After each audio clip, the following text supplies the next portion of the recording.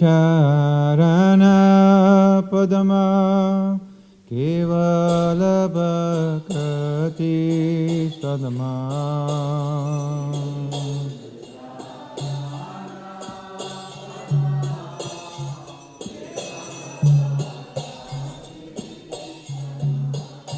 Shri Guru Charana Padama Kevala Bhakati Sadama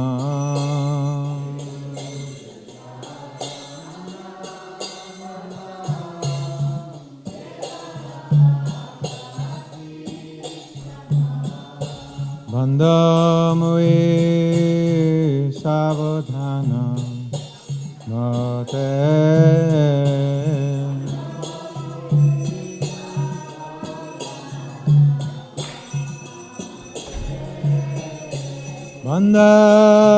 Bandhamue Savadhana Mate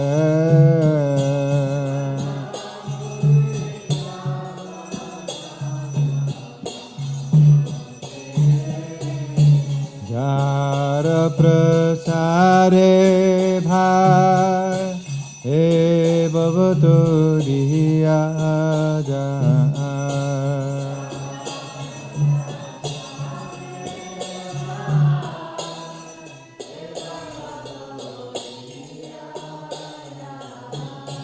Jara prasade bhai e bhavaturiya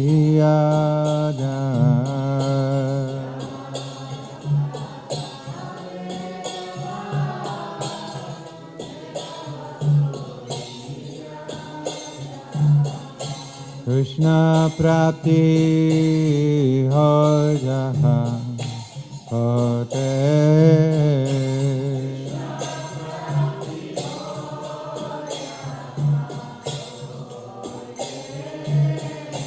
Krishna prapti ho jaha hote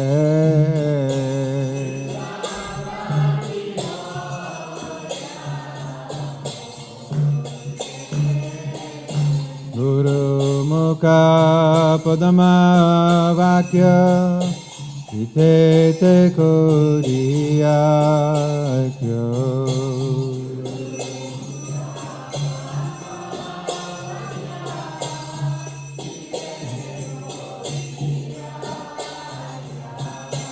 Guru Mukha Padama Vakya Itete Kodiya Kyo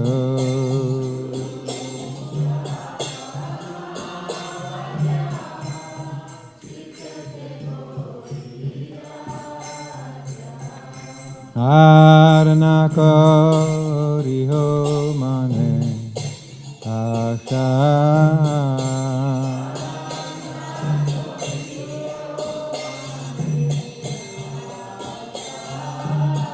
Arana Koriho Mane Asha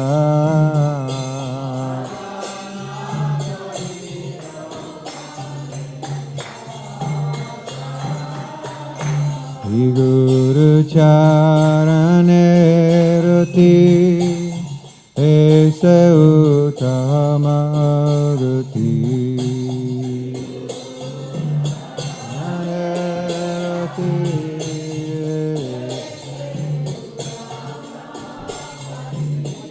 Shri Guru Charane Ruti Ese Uttama Ruti Guru Charane Ruti Ese Uttama Ruti Se prasade pure sarva asha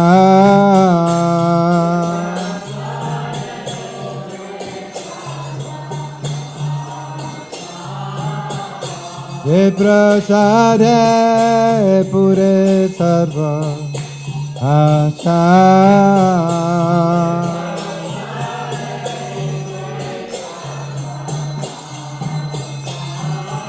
Chakudana diloye jame jame Prabhu se.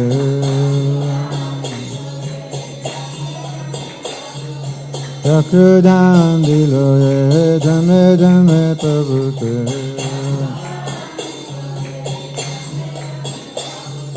Divya Gyan Hriday Prakashita.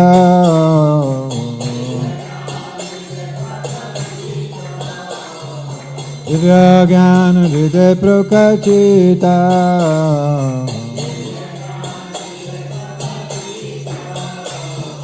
Prema Bhakti Jate Avidya Vinasa Jate. Prema Bhakti Jate Avidya Vinasa Jate. Virga Jaharacharita.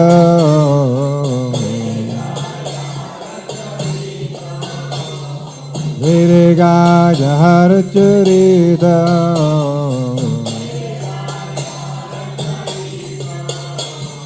Guru Karuna Sindhu Adhama Janara Bandhu.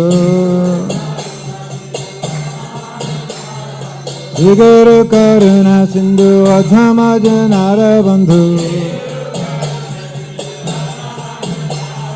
Lokana Sukhera Jivana.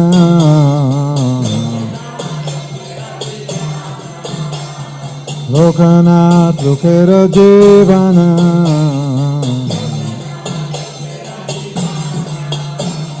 Ha Prabhu kar daya deho more pada chaya. Ha Prabhu kar daya deho more pada chaya. He Vedas Gushutri Bhuvana.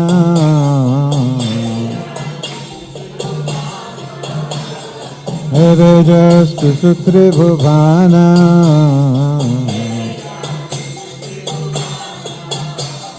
Ha Prabhu kara daya deho more pada chaya.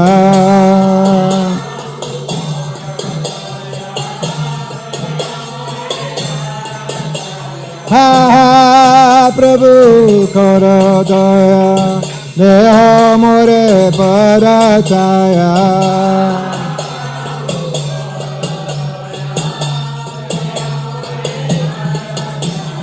Ha Prabhu kara daya deho more pada chaya.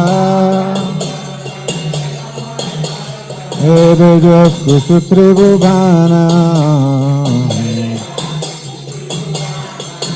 Srila Prabhupada Patita Pavana. Jaya Prabhupada, Jaya Prabhupada, Prabhupada, Jaya Prabhupada.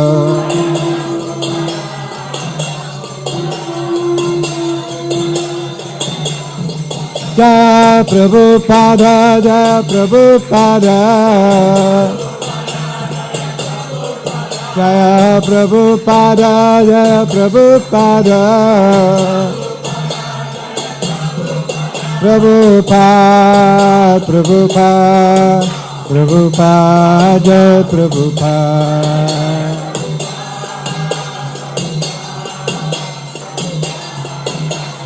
Jaya Jaya Prabhupada, Prabhupada, Prabhupada, Jaya Prabhupada.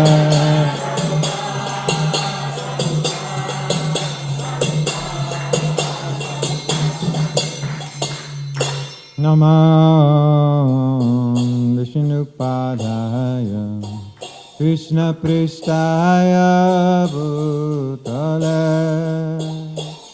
Srimate Bhaktivedanta Swami Niti Namine Vishnupadaya Krishna Prishtaya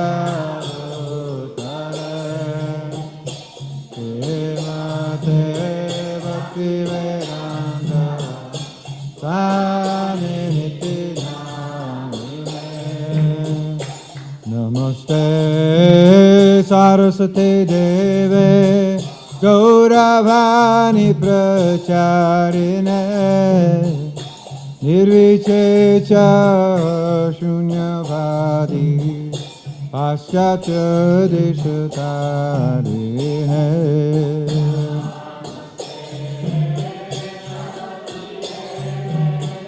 Gauravani Pracharine Nirvichecha Shunyavadi Paschatya Shri Krishna Chaitanya Prabhu Nityananda Shri Advaita Gadadhara Srivasadi Gaura Bhakta Vrinda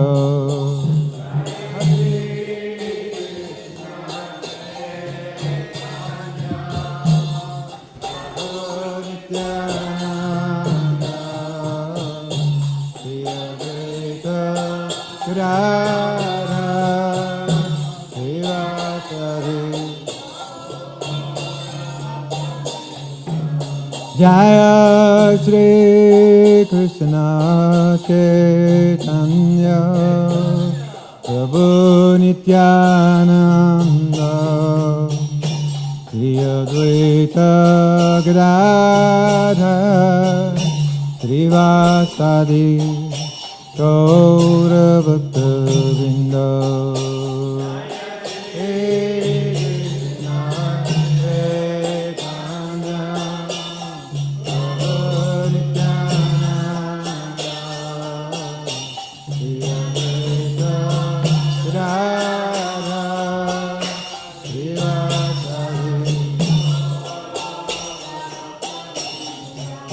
Jaya Shri Krishna Chaitanya Prabhu Nityananda Shri Advaita Gadadhara Srivasadi Gaura Bhakta Vrinda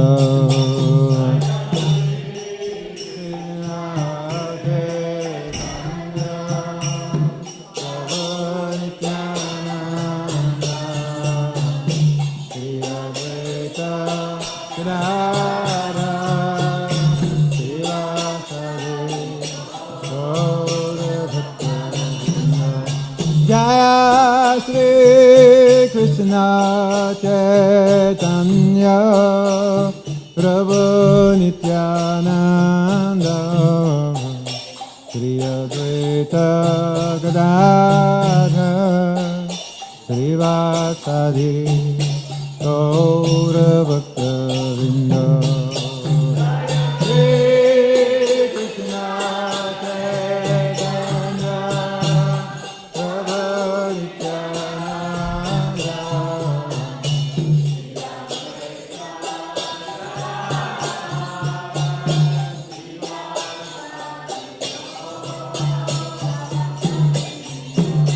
Jaya Shri Krishna Chaitanya Prabhu Nityananda Shri Advaita Gadadhara Srivasadi Gaura Bhakta Vrinda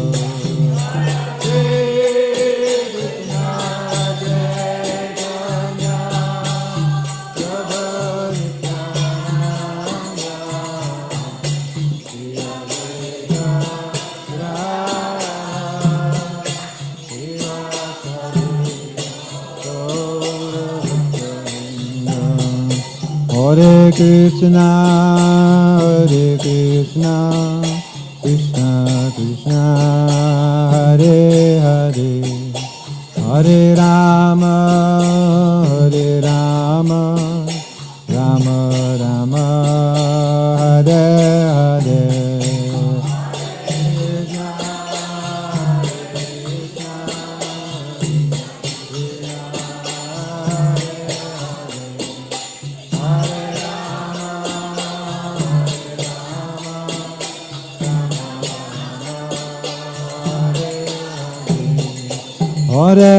Krishna, Hare Krishna, Krishna Krishna, Hare Hare, Hare Rama, Rama Rama, Hare Hare.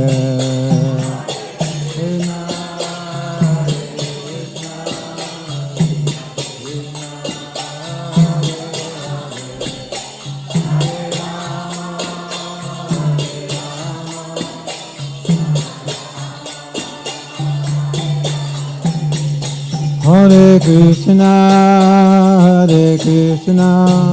Krishna Krishna, Hare Hare, Hare Rama, Rama Rama, Hare Hare.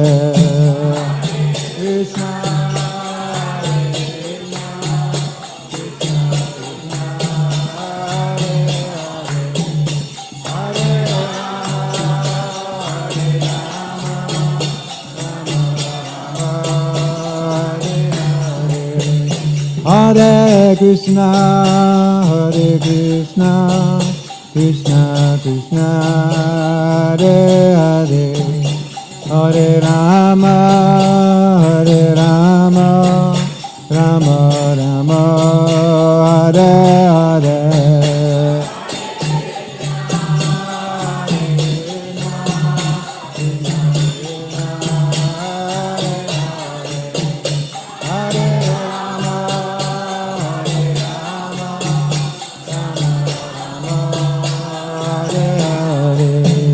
Hare Krishna, Krishna Krishna, Hare Hare, Hare Rama, Rama Rama, Hare Hare.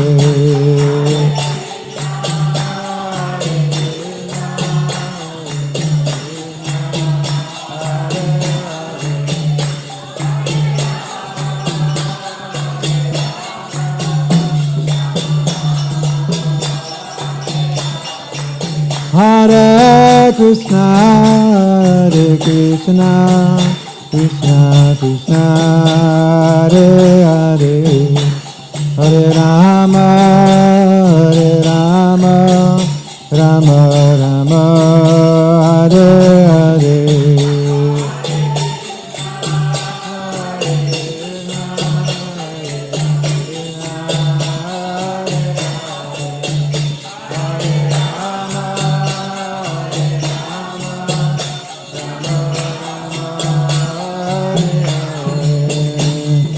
Yasomati Nandana Braja Bharanagara Gokula Dandana Kana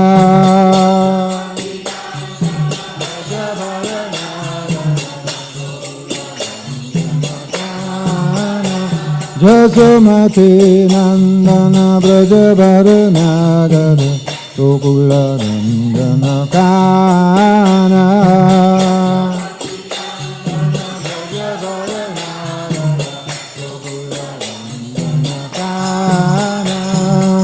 Gopi Parana Dana Madana Manohara Gopi Parana Dana Madana Manohara Kaliya Damana Vidana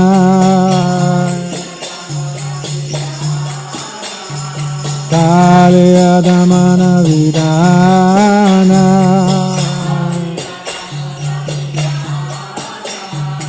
Amaya Harina Mamiya Vilasa Amaya Harina Mamiya Vilasa Vipina Purandara Navina Nagaravara Vanti Vadana Suvasa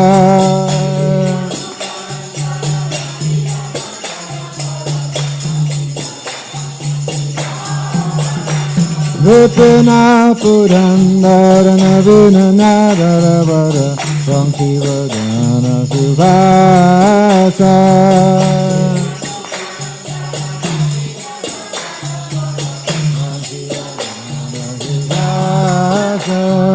Vrajajana Palana Surakuranasana Vrajajana Palana Surakuranasana Nanda Bodhana Rakhala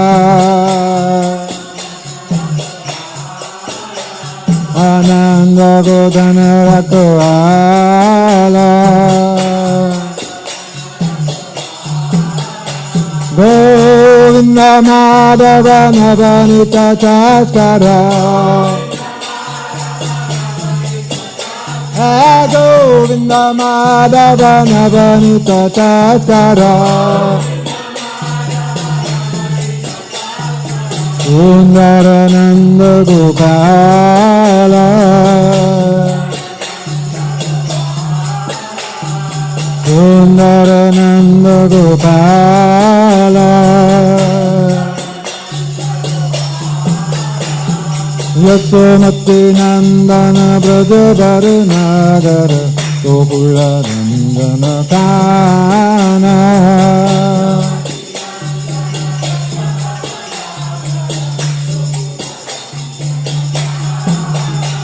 Yasomati Nandana Brajabaranagara Gokula Nandana Kana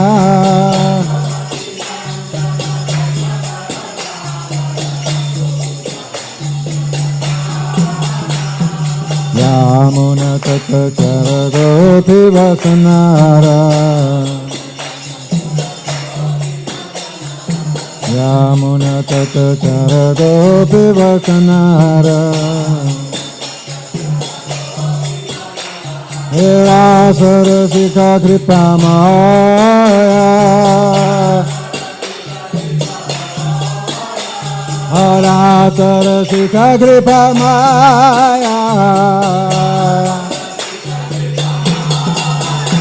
Radha Vallabha Vrindavana Natabhara Radha Vallabha Vrindavana Natabhara Bhakti Rasraya Bhakti Rasraya Amaya Harinama Meya Vilasa Govinda Madhava Navanita Taskara Radha Vallabha Vrindavana Natabhara Hare Krishna Krishna Krishna Hare Hare Hare Rama Rama Rama Hare Hare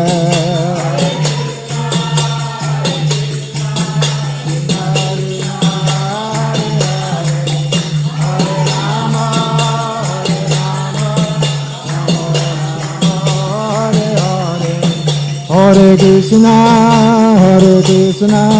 Krishna Krishna Hare Hare Hare Rama Rama Rama Hare Hare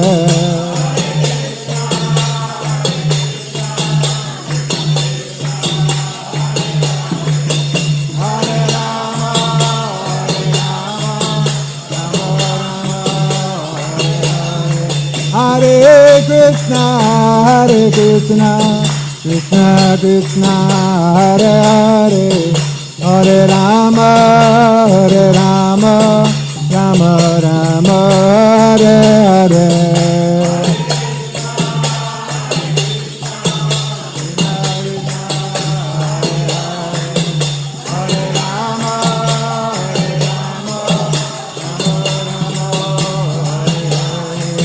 Jai Radha Sham Sundara Hare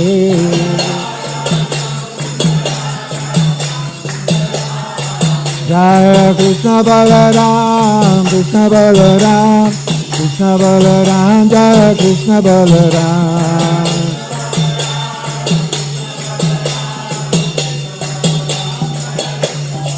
Jaya Gauranita, Jaya Gauranita,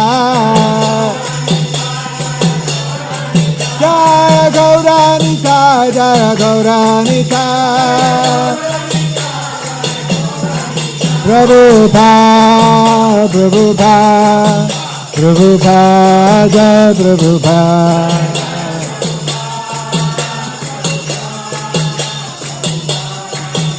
Anita Gaura Harival, Harival, Harival, Gaura Harival.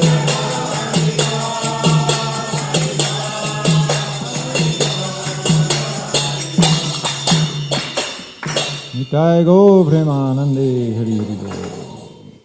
Jayam Vishnupha Paramahansa Parivrajaka Acharya Ashto Tarashta Shri Shimare Sri Bhakti Vedanta Swami Prabhupada Ki Jai. Jayam Vishnupha Paramahansa Parivrajaka Acharya Ashto Tarashta Shri Srimad Bhakti Siddhanta Saraswati Goswami Maharaj Prabhupada Ki Jai. Ananta Koti Vaishnava Brinda Ki Jai. Namacharya Shri Haridas Thakur Ki Jai. प्रेम से कहो श्री कृष्ण चैतन्य प्रभु नित्यानंद श्री अद्वैत गदाधर श्रीवासारि गौर भक्त वृंद की जय। श्री श्री राधा कृष्ण गोप गोपीनाथ श्याम कुंद राधा कुंद गिरि गोवर्धन की जय। श्री वृंदावन धाम की जय, मायापुर धाम की जय, जगन्नाथपुरी धाम की जय, रमनवेती धाम की जय, तुलसी महारानी की जय, भक्ति देवी की जय, यमुना माई की जय, गंगा माई की जय। श्री हरिनाम संकीर्तन की जय। निताय गौ प्रेमानंदे हरि हरि बोल। समवेता भक्त वृंद की जय। Hare to the assembled devotee. Hare to the assembled devotee. Hare to the assembled devotee. Hare to Shri Shri Guru Gauranga.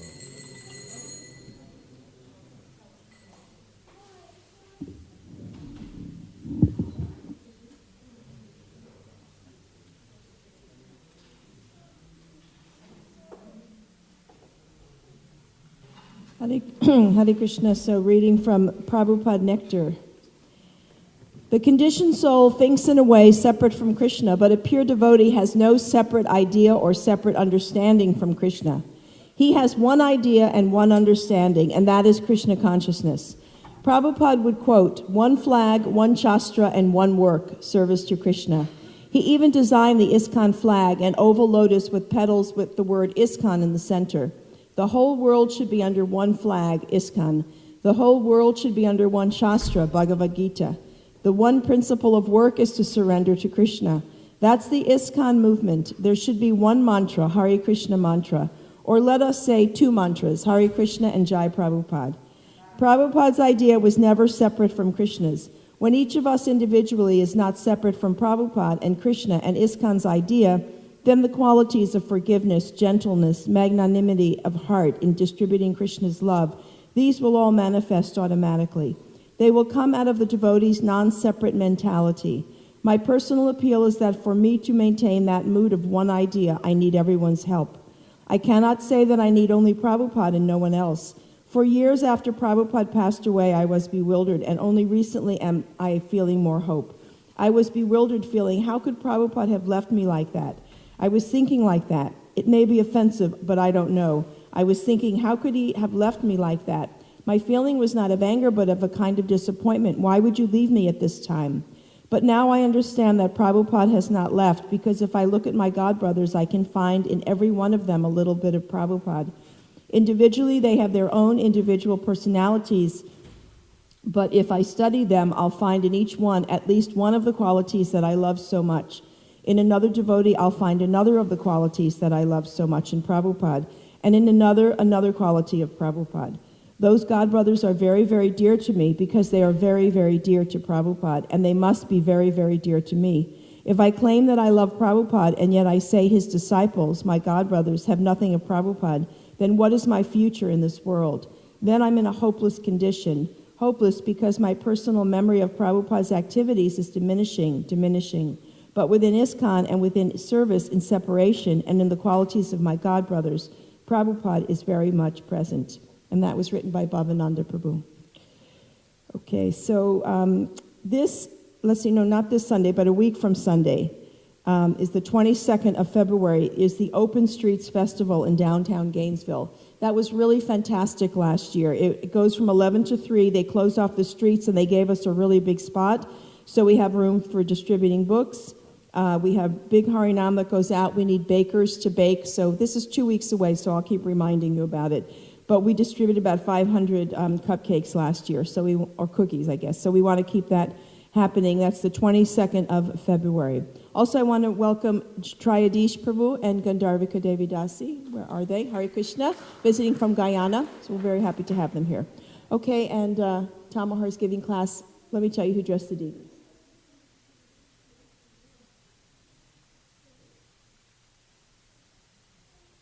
Shishi Radhe Sham is Shama Priya Prabhu, Chota Radhe Sham Guru Prasad Prabhu, Shishi Krishna Balaram, Nanda Prabhu, Chota Krishna Balaram, Ananda Vardhani Prabhu, Shishi Gornitai, Madhuri Gopi Prabhu, Chota Gornitai, Gandharvika Prabhu, Gurus and Lord Nishingadev, Leela Prabhu.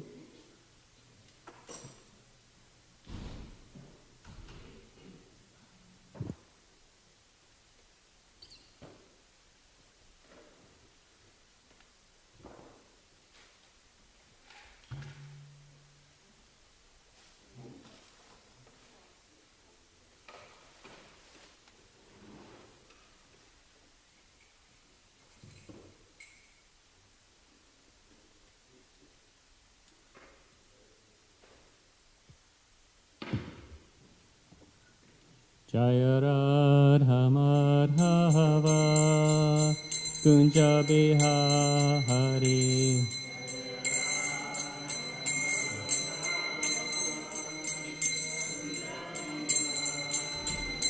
Jaya Radha Madhava Kunja Bihari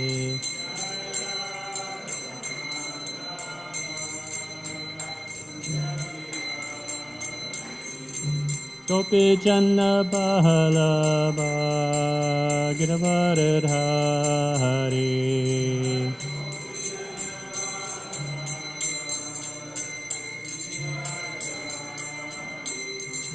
Gopi Janna Bahalaba Giravaradhari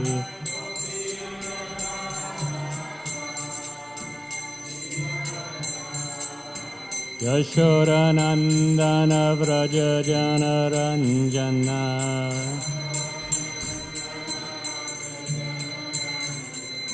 Yashoda Nandana Vraja Jana Ranjana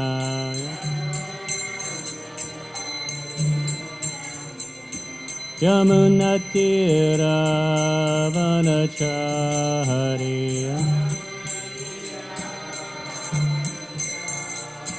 Yamuna Tira Vanachari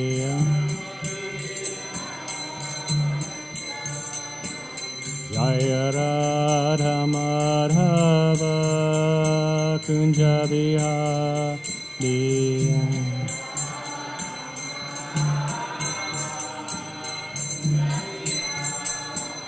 Jaya Radha Madhava Kunja Bihari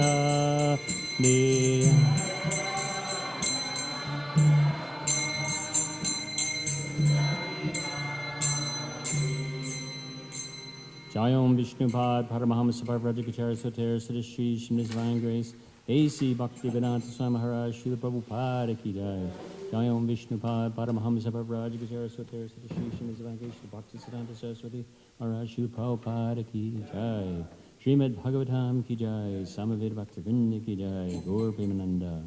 All glories to simple devotees, all glories to simple devotees, all glories to simple devotees, all glories to Sri Guru and Sri Garanga. Om Namo Bhagavate Vasudevaya. Om Namo Bhagavate Vasudevaya. Om Namo Bhagavate Vasudevaya. Reading from the Srimad Bhagavatam, Canto 10, Chapter 60, Krishna teases Rukmini. We're doing text 32 through 34 today. Okay? Let's see. I think we're missing the Sri Shuklavach on the top of this one. There we go. So I guess we'll do text 32. Sri Shukavacha Saivam Bhagavata Rajan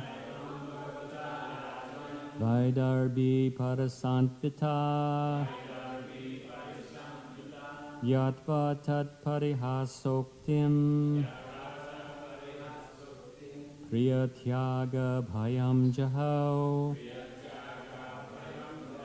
Shri Shukavacha Saivam Bhagavata Rajan Vaidarbhi Parasanpita Yatva Tat Parihasoktim Priyatyaga Bhayam Jahau Shri Shukavacha Saivam Bhagavata Rajan Vaidarbhi Parasanpita Yatva Tat Parihasoktim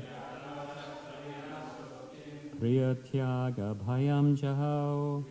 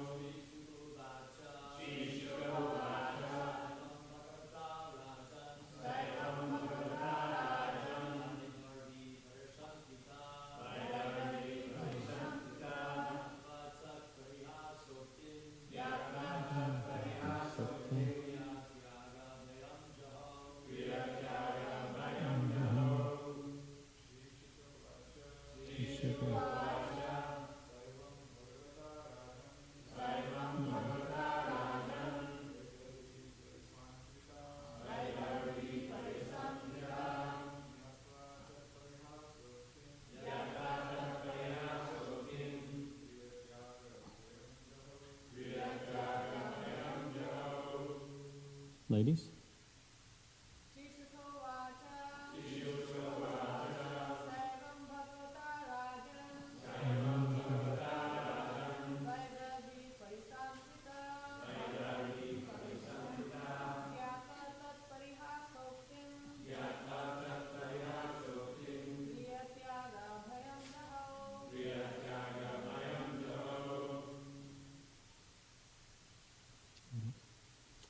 Sri Shukavacha, Shukadeva Goswami said, Sa, she, Evam, thus, Bhagavata, by the Supreme Personality of Godhead,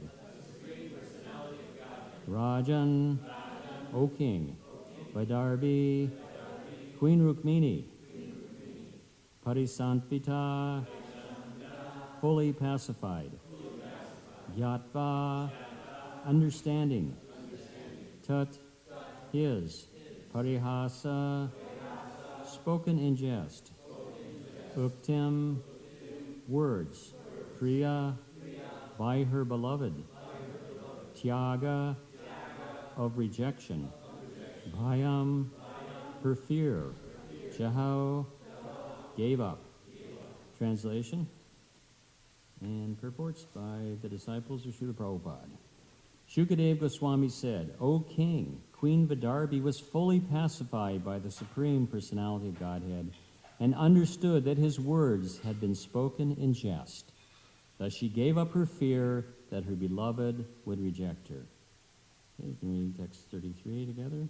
Babasa Rishabam Pungsam Vikshanti Bhagavan Mukham Savritha Hasa Ruchira Snigdha Pagena Bharata smiling bashfully as she cast charming, affectionate glances upon the face of the Lord, the best of the males, Rukmini spoke the following Ode in Bharata. This next one I think is the Brahma Samhita tune. You can help me out here. Shri Rukmini Uvacha Nanvita Ravinda Vilochanaha Yadvai Bhavan Bhagavato Sadrishi Vibhumam Vasve Mahim Yabirito Bhagavam Stradesha Paham Guna Prakriti Agya Prihita Pada. Thank you. Translation. Sri Rukmini said, actually, what you have said is true, O lotus-eyed one. I'm indeed unsuitable for the almighty personality of Godhead. What comparison is there between that Supreme Lord who is the master of the three primal deities and who delights in his own glory, and myself, a woman of mundane qualities whose feet are grasped by fools? Report. Srila Sridhar Swami lists the faults Lord Krishna has described in himself that he claimed disqualified him from being Rukmini's husband. These include incompatibility, fearfulness, taking shelter in the ocean, quarreling with the powerful, abandoning his kingdom, uncertainty as to his identity, acting against ordinary standards of behavior, having no good qualities, being praised falsely by beggars, aloofness, and lack of desire for family life. Quite a list. The Lord claimed that Rukmini had failed to recognize these bad qualities in him. Now she begins to respond to all of the Lord's statements. First, she responds to Sri Krishna's statement in text 11 of this chapter, Kasman Nova Vishay Saman. Why did you select us who are not equal to you? Here, Srimati Rukmini Devi says that she and Krishna are certainly not equal, for no one can be equal to the Supreme Lord. Srila Vishwanath Chakravarti further points out that in her extreme humility, Rukmini is identifying herself with the Lord's external energy, which is in fact her expansion, Rukmini being the goddess of fortune. Om Gyanatamran Vishaya Gyananjana Salakaya Chakshurmitami Nirhasmai Shri Gurave Namaha Vanchakalpa Tribhischa Kripasindu Devacha Patikano Pavanibhyo Vaishveno Namaha.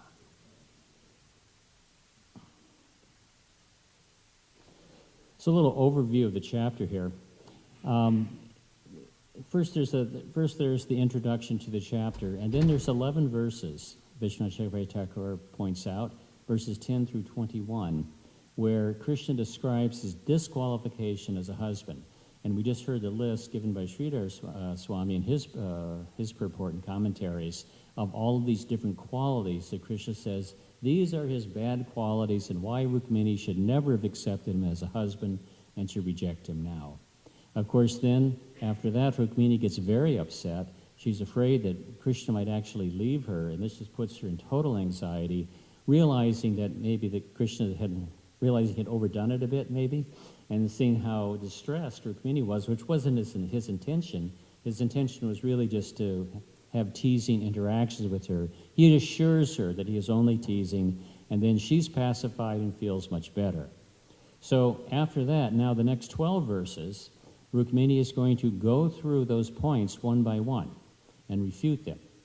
And what she does is she very cleverly shows that all of his statements that he made of all of these different qualities in these previous 11 verses actually glorify Krishna.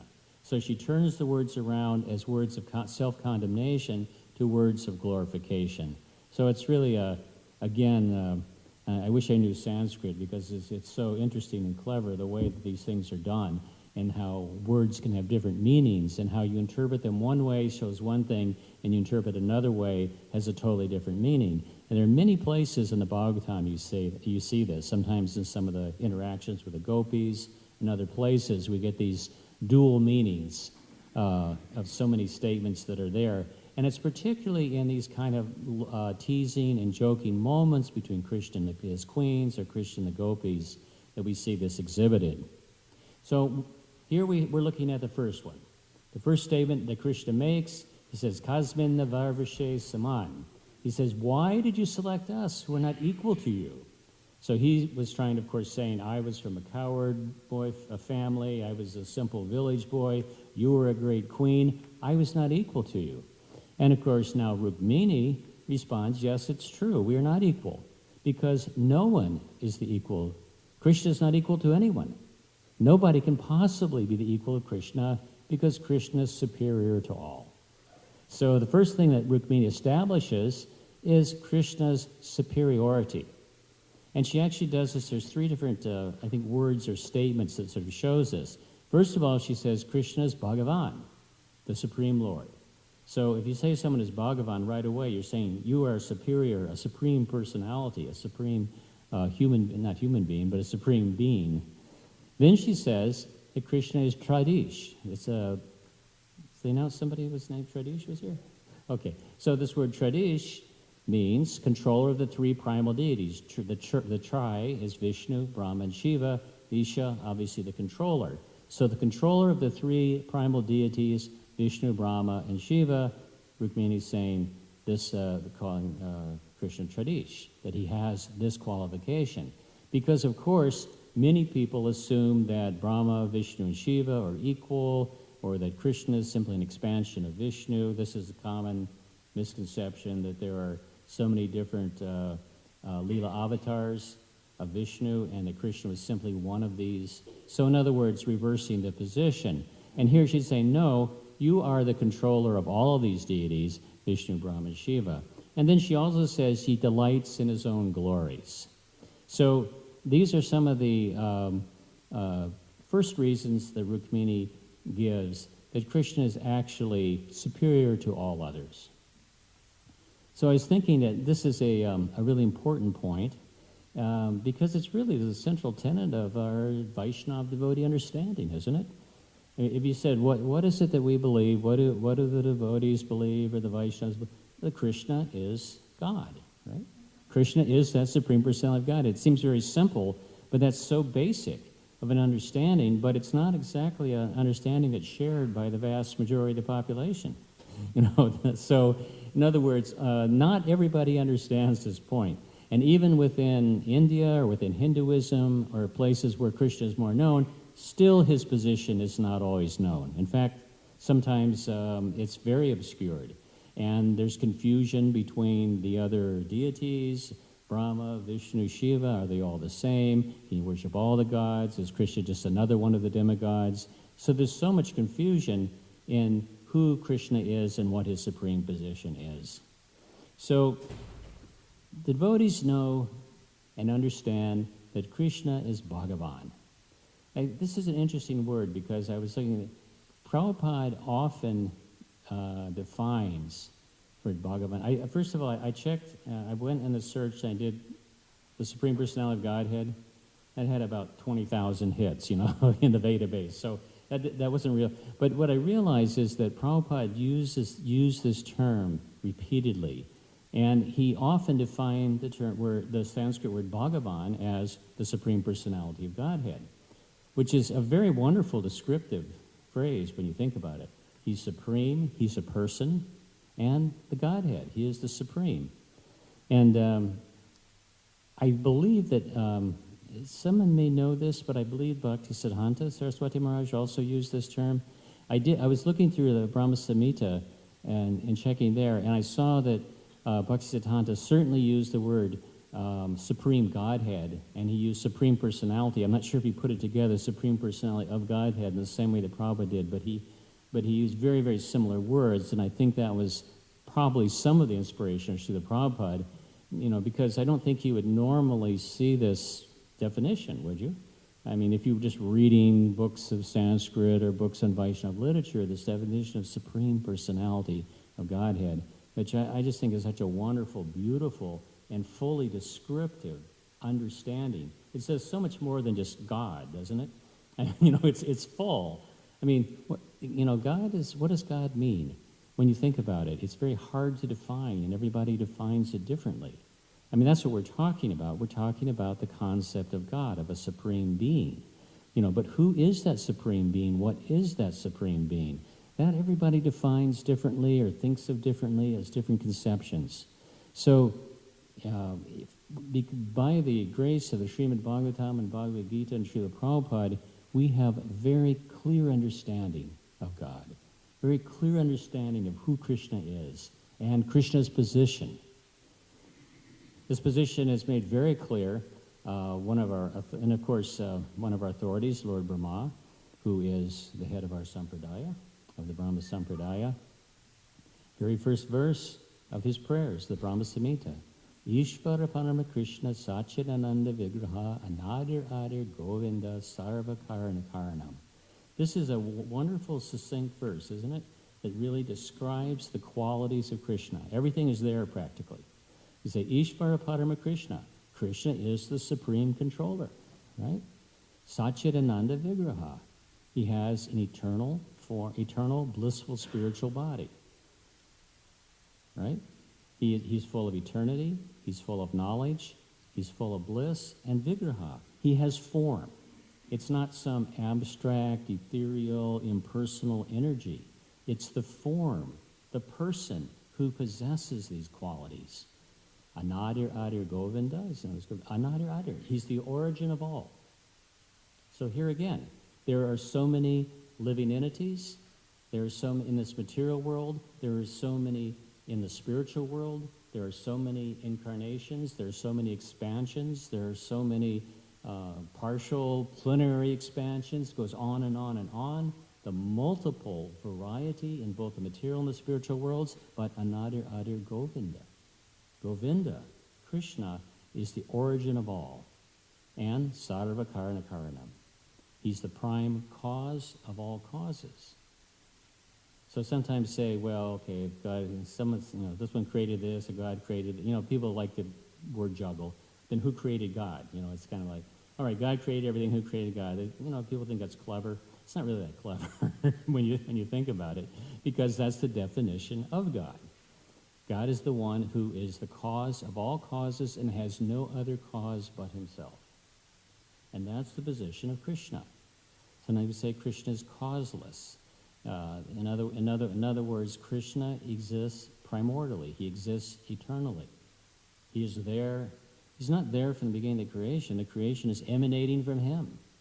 And, when I really think deeply about this, I get quite confused. Because we're really, when we talk about things that are eternal and of the infinite, it's really beyond our abilities of the mind intelligence, isn't it? The deepest spiritual concepts cannot be fully held within the grasp of our limited material mind and intelligence. We really can't. You can't to think of the Creator, the God who created everything, and nobody created him, and he was existing eternally, and you were existing eternally, and how did that all happen? And like that, it's very, very difficult to grasp.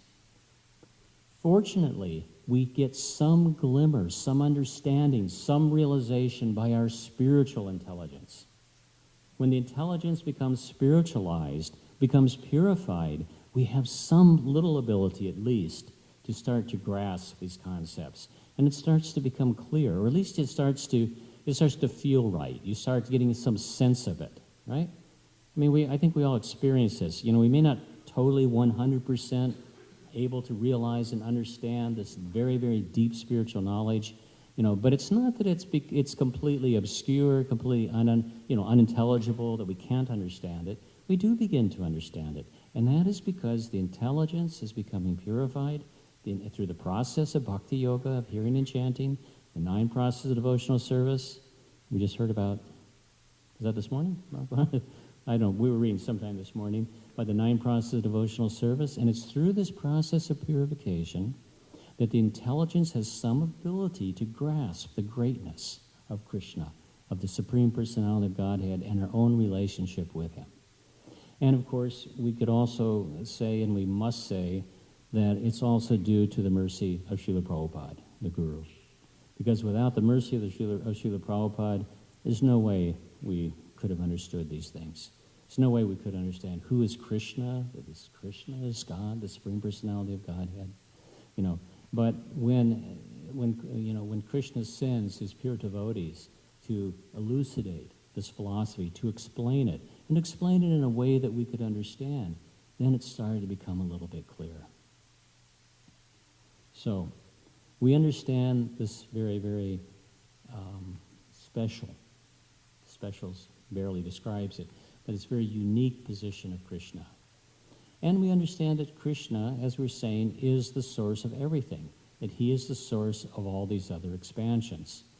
He's not only the source of the three primal deities, Tridisha, but he's the source of all incarnations, all avatars, all plenary expansions. Every possible spiritual entity that we could possibly conceive of is coming from Krishna.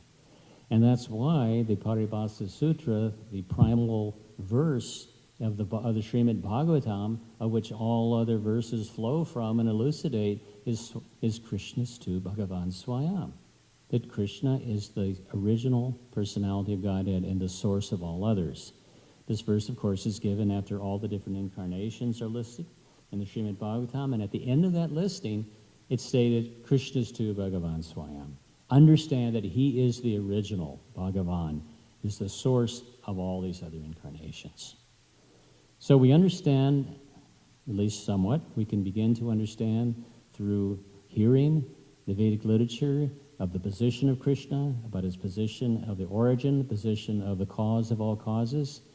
We also can understand a little bit about Krishna's special position just by his qualities. His qualities alone are unique and special. We read in the Nectar Devotion and other literatures that Krishna possesses 64 qualities in full. And there's a whole list of all these wonderful qualities that Krishna has. It's described that the living entities can have some of these qualities, at least partially, up to 50. And Lord Shiva and Lord Brahma possess another 5. Lord Narayan, Vishnu possesses another 5, which brings us up to 60. And then there are 4 qualities out of the 64 that are unique to Krishna. This were Tuesday, and we had the students here. I would see if they knew what the 4 special qualities of Krishna are, but I'm sure all of you great scholars here know them. Name some of them. What are the 4 qualities that are unique to Krishna? His leelas, yes. He has very, very wonderful leelas, and particularly there's one kind that's mentioned specifically.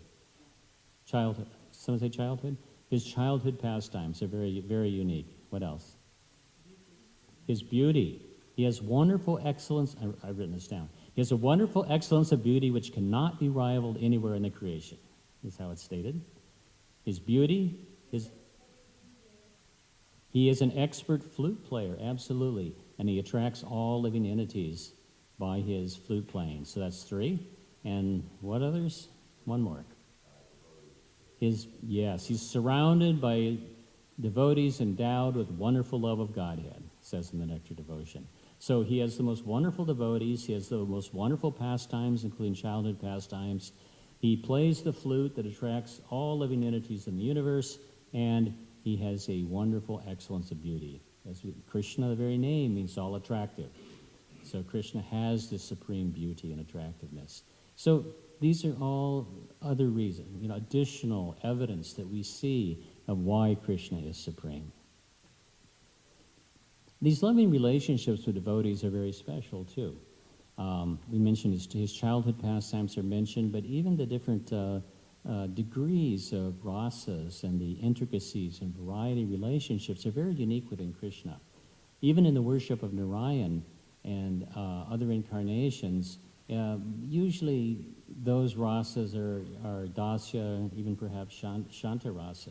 But we rarely see even the friendship, sankha rasa, or vatsala, the parental rasa, in other incarnations. And certainly we don't see the full exhibition of Madhurya rasa, like the relationship with the gopis and the queens, like Rukmini here in Dwarka.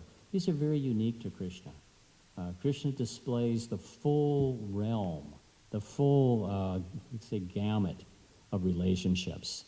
And every possible relationship that we could think of, that we might see a perverted reflection of in this material world, is there in its supreme, in its purity, in its perfection in the spiritual world, and also, of course, when Krishna appears in Vrindavan, when he descends upon this world. So we have these very, very wonderful features of Krishna, very wonderful relationships, very wonderful qualities, as well as his unique spiritual position. So I think it's kind of interesting that the devotees of Krishna worship Krishna and understand his position. It's almost on two different levels. One is sort of the intellectual level of what is Krishna's position, that he's God and that he's supreme. But then there's also that position, which is, I guess, more of the heart, which is that Krishna is so attractive. Krishna is most beautiful, most attractive. He has wonderful relationships, and we just feel so in, the love that Krishna has for every living entity. And as we advance in Krishna consciousness and we go a little bit into our own relationship with Krishna, which is one of love, that is something that's, the devotees just relish and appreciate so much. So much, and it goes beyond just understanding, oh, Krishna's God, I have to worship him, he's God, like he's in control.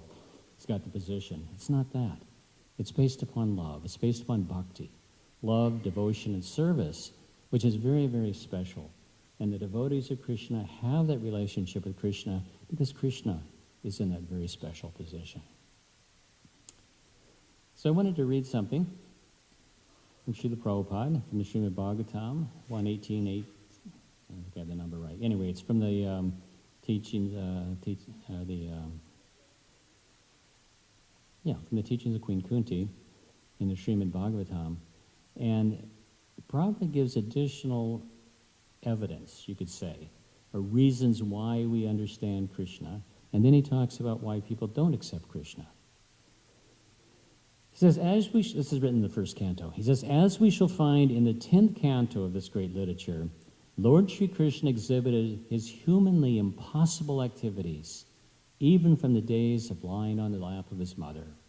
He killed the Putana witch, and similarly he lifted the Govardhan hill, just as a boy picks up a frog's umbrella, and stood several days continuously just to give protection to the residents of Vrindavan. These are some of the superhuman activities of the Lord described in the authoritative Vedic literatures like the Puranas, Itihasas, histories, and the Upanishads. He has delivered wonderful instructions in the shape of the Bhagavad Gita. He has shown marvelous capacities as a hero, as a householder, as a teacher, and as a renouncer. He is accepted as the Supreme Personality of Godhead by such authoritative personalities as Vyas, Devala, Asita, mentioned, of course, in the Bhagavad Gita, Narada, Madhva, Shankara, Ramanuja, Sri Chaitanya Mahaprabhu, so he's mentioning the leaders of the main Vaishnava Sampradayas, and also Shankaracharya, the leader of the Maya impersonal Sampradaya, Sri Chaitanya Mahaprabhu, Jiva Goswami, Vishwanath Chakravarti, Bhaktisiddhanta Saraswati, and all other authorities of the line. He himself has declared as much in many places of the authentic literatures. So these are all the reasons, I'm probably just kind of giving in a nutshell, that we accept Krishna on the basis of authority. All these great authorities throughout in the Vedic literature, throughout our history, incredibly advanced spiritual leaders, pure devotees, all have understood and accepted the position of Krishna. So this gives us a pretty good reason, if no other reason, that we see that people who are of very, very superior quality. And of course, we saw that in Srila Prabhupada. Srila Prabhupada, we could see, was a perfect personality. He was completely renounced. He had no material desires whatsoever. And from that position of complete purity and self-realization, he boldly declared that Krishna was the Supreme Personality of Godhead. So who are we to refute such authorities? Then Prabhupada goes on and says, and yet there's a class of men with demoniac mentality who are always reluctant to accept the Lord as the supreme absolute truth. This is partially due to their poor fund of knowledge and partially due to their stubborn obstinacy, which results from various misdeeds in the past and present. Such persons could not recognize Lord Sri Krishna even when he was present before them. And of course, we've discussed before that even when Krishna was here on earth, Prabhupada says only a handful of people, maybe 50 people, actually understood who Krishna was, even when he was personally present. What to speak of 5,000 years later, the difficulty in people understanding who Krishna is. So, why do not people accept Krishna despite all of this ample Vedic evidence? This resistance to recognizing Krishna, Prabhupada said, is due to two things. He says, poor fund of knowledge and stubborn obstinacy due to people's past misdeeds or current misdeeds. So what does that mean? Poor fund of knowledge? They just don't understand. They don't have this knowledge, just like we never had this knowledge until Srila Prabhupada came and gave it to us. We didn't understand who Krishna was. And some people, even after having this knowledge, still refuse to accept Krishna. This is the obstinacy. And Prabhupada says this is due to basically their bad karma, or past misdeeds. In other words, because of sinful activities, sometimes people are not able to accept Krishna, even if all the evidence is presented to them. So, the devotees of Krishna accept Krishna, and we also want to glorify Krishna. We want others to know about Krishna. We want Krishna to be recognized and appreciated and loved and by everyone. That's the position of the devotee. We want Krishna to be recognized, and we want people to have that relationship with him. Because we want to glorify Krishna, and also because we know that is the ultimate spiritual benefit of every living entity, if they can also rejoin that relationship, if they can once again understand their relationship with the Supreme Personality of Godhead. So, what do the devotees do? Coming into this material world, we see the great acharyas in our line come to this material world and see that there are these two problems. The poor fund of knowledge, that people do not understand Krishna, and that people will not accept Krishna due to their past misdeeds. Obviously, the position of the Vaishnavas is to give spiritual knowledge. This is what the great acharyas come for. This is why Krishna descends himself. This is why he gives the Vedic literatures, why he recites the Bhagavad Gita, so that this knowledge will be available to the suffering conditioned souls in this material world. And that is our job. As devotees and as disciples of Srila Prabhupada and grand disciples of Srila Prabhupada, to carry on the same mission. Prabhupada's mission was to take the message of Lord Chaitanya Mahaprabhu to every town and village, to bring the chanting of the holy name, to bring this knowledge of Krishna, to bring Krishna Bhakti, devotion to Krishna to everyone. So, we need to all take this up to some degree, to whatever degree that we can, whatever degree possible, to also help to give this knowledge of who Krishna is. For not only for the benefit of the conditioned souls, but also for our benefit in pleasing the Supreme Lord. Then the other problem, besides knowledge, was this stubborn obstinacy. What do we do about the fact that people, due to their past karmic activities, due to sinful activity, it's very difficult to have enough pious credit, enough sukriti, to be able to have some faith, because we understand that in the beginning there must be some faith to be able to engage in the process of Krishna consciousness. So it's explained that one has to have sufficient pious activity or sukriti to be able to have this faith to take up Krishna consciousness. So we have to engage people in purifying activities. And of course, Prabhupada, well, not Prabhupada, this is often called Agyata Sakriti.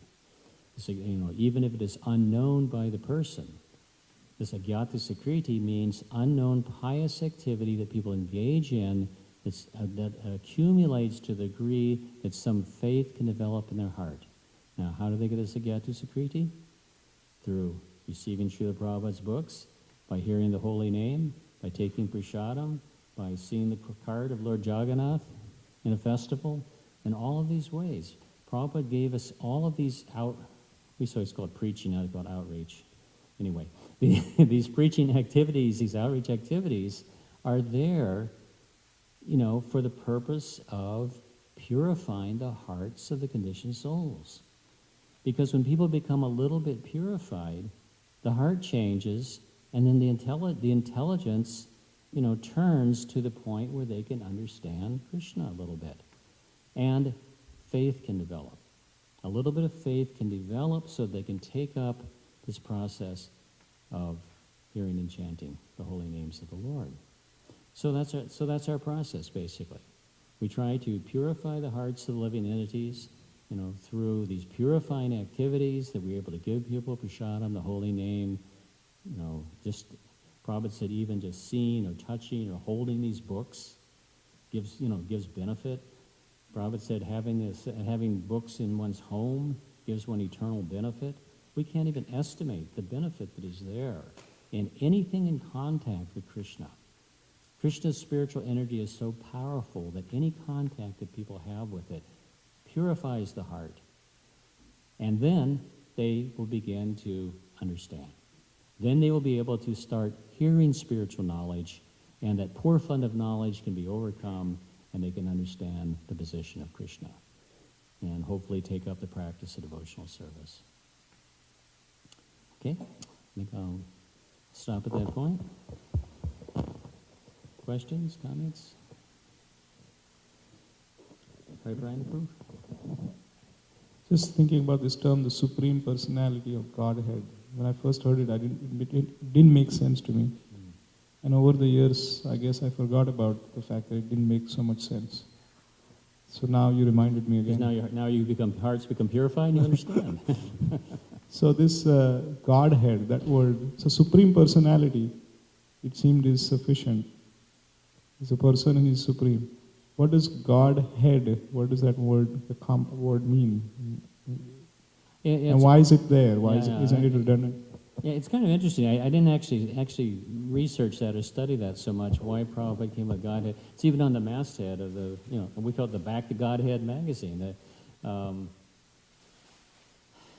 think Prabhupada wanted to distinguish from just the concept of God, because God is very generic, and it's not really clear what people mean when they say God. It's something supreme, something higher, but Godhead indicates the source, doesn't it?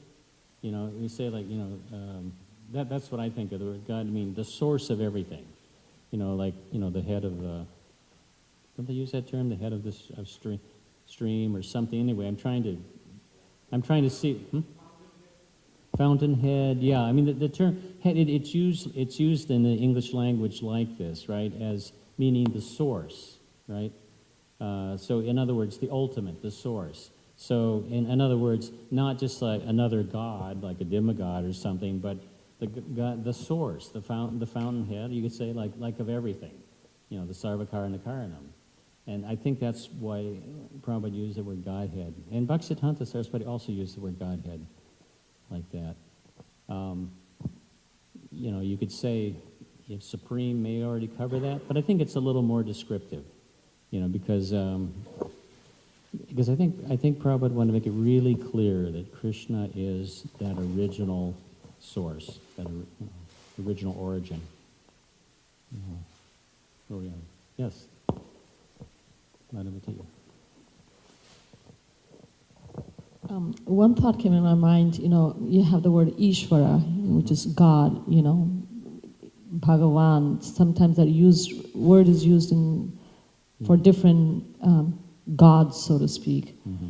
And then we have the word Parameshvara. Yeah. And so just the thought came in my mind, Ishvara, Parameshvara, God, Godhead. And then Supreme Personality means he's a person. Mm-hmm. So Supreme Personality. Yeah, it's interesting because these are probably not literal translations from the Sanskrit, are they? In other words, Prabhupada translates them in a way that gives the full meaning, but probably not absolutely literally. All right. So, yes, Janmasta.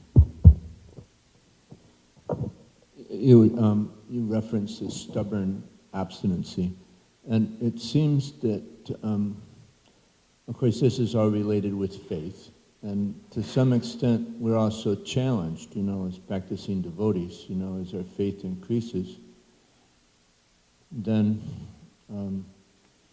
we have more capacity to understand our relationship with Krishna.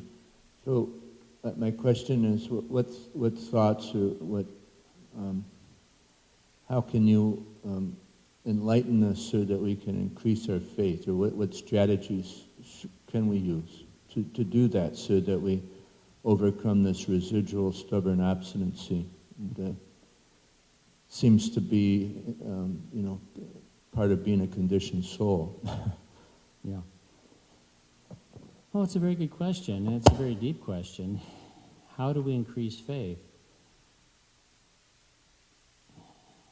I think it's Vishnacharya Thakur, or others may have discussed it also, maybe Prabhupada too, that in one sense, all of the processes of devotional service, beginning with Shraddha, then Sadhusanga, Bhajana, Kriya, are all degrees of development of faith. And that each step in that process of bhakti yoga is an increase in faith and a development of faith. So conversely, each one of those stages increases faith. So in other words, sadhusanga, the association of devotees, increases faith, right? When we're with like-minded people, our faith increases. If we are out with non-devotees all the time and we're always hearing, material explanations of the world, it will actually start to erode our faith a little bit, unless we're very, very strong and we're, really strong in our other spiritual activities. So sadhusanga increases our faith. The Bhajana Kriya, obviously the hearing and chanting, increases our faith. As we read Srila Prabhupada's books and we read these purports and we read these verses, our faith increases, doesn't it? Because we're hearing more and more information about Krishna, the spiritual world, and spiritual life. As we're chanting Hare Krishna, our faith is increasing because we're becoming more purified. And as the heart becomes more and more purified, again, talking about that stubborn obstinacy, which is due to those past misdeeds and current misdeeds, Prabhupada said. In other words, that's the process of purification needs to go about that will tend to erode that obstinacy and lack of faith. So again, we kind of come down to, basic processes, I think, of devotional service, of bhakti yoga, of hearing and chanting, association with devotees. Those things all help us to develop faith. I think one other thing, and of course this would be part of Kirtanam, but a version of it is when we tell others about Krishna consciousness. When we're preaching, we are also preaching to ourselves. I think that every time I give a class, it's like, you're unfortunate that you have to hear it, but I'm fortunate that at least I am hearing some philosophy myself, and I find that it increases my faith and my determination by, having to speak this philosophy. I think, oh yeah, right, yeah, that's it. I remember that. So it's like, and what to speak of when we go out to the non-devotees, and we have to convince people. Because I was thinking this, why is Krishna God? We don't usually speak of why is Krishna God in the Bhagavatam class because we assume we all sort of understand that or we've all accepted it. But if you go out and you talk to anybody, you're gonna have to explain to people why is Krishna God? Who's Krishna? What's this Hare Krishna? That's like practically one of the first questions you have to explain to people how Krishna's God, and therefore you have to have some faith. And as you do that, even if you're not very good at it, or even if you're kind of stumbling for your words, or you're not quite sure, or where the person's argumentative, you'll find that you become stronger and your faith increases, and Lord Chaitanya gives you that strength and that ability. Sometimes we see Lord Chaitanya gives us the words practically to be able to speak, even if we don't have them. You ever got Makand and Pushkar? Okay.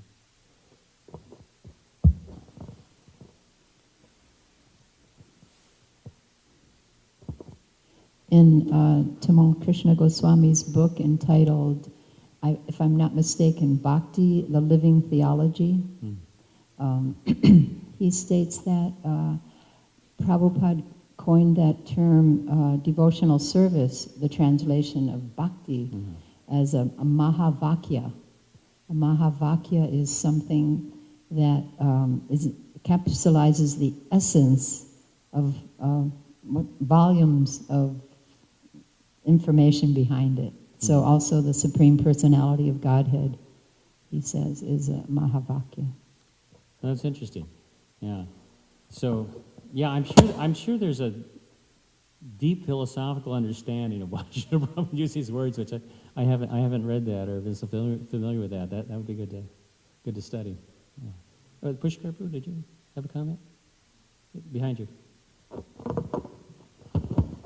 So, I mean, the word Shraddha, it has lots of meanings besides faith. I mean, faith is kind of like a start-off thing, start off with. But if you look at all the Shraddha, Sabde, Vishwas, Kohe, Sudhvidha, Nishchoy, Krishna Bhakti, Kohe, Bhakti, Sarvakarma Kurta Hoy.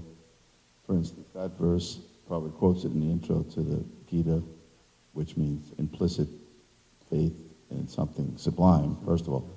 But I'm thinking in the first canto, you have Shushu Sho Shraddhadana Shivasudevika Chahi Shan Mahatseva Avipra. That verse describes that someone who's enthusiastic, eager. It doesn't even say faith, it says eagerness. And then when you get up to the third canto, Shraddha is eagerness. It's called eagerness, huh? Doesn't even say faith. And then so Shraddhadana Shivivardhamana Viraktamanyata Karoti Pungsa. This is a verse in 3, 5, I think 6, 5 or 6, third canto. And then it'll say those persons who have, again, full Shraddha, it's increasing, Vivardhamana, this enthusiasm. And then you line that up with Rupa Goswami saying, Utsaham Nishchayadharya. These are, in other words, qualifications. So the faith won't increase unless you see the results also that you're enthusiastic, and Virakti, developing a Virakti detachment, and certain things coming from that. It's the first thing, Utsahan. If you take enthusiasm as the definition, eagerness, then it seems gives you another whole perspective. Yeah. Then just faith sounds kind of like, whatever. Blind faith. Yeah. I mean, first of all, thank you, because it's good to point out there's so many. I mean, the Vedic literature is so wonderful that there's so rich definitions and different ways and perspective of defining even one word. Well, I don't know about Vedic literature, but Bhagavatam, Prabhupada. Bhagavatam so specifically, I'm not that familiar with the Vedas. But I think that is a point that we tend to have connotations in certain words which are used a lot in our Judeo-Christian, world, like faith. And so I think that we often think of the word in a limited sense. And as you're pointing out, it's really much richer when we see how the Bhagavatam uses it. There's lots of other meanings besides just blind faith. Well, Prabhupada didn't think too much of blind faith. He said he didn't like blind faith. But I mean, that's the connotation from our... That's the connotation that we have, yeah. It's a good point. Madam Mahan, and I think you're going to close it out here. In the same way, Prabhupada, in that verse you're quoting, Adoshvara Sarasanga, he defines Shraddha as a preliminary desire for self-realization. Preliminary desire, that's good. So a desire, and then other places he describes Shraddha as respect. And then in other places, appreciation. So it says if they see you chanting on the street and they say, oh, those are nice people, he says that's Shraddha. Yeah. And also Prabhupada did mention about chanting on the street. He says it forces them to become pious. Yeah. So you mentioned it, hearing, but when they drive by or walk by or they see it, they're all increasing their pious activities, which Adoshvara Sarasanga, then the next stage is that, what are you doing? Could you have any literature on this? I'll go to Srila Prabhupada. Anyway.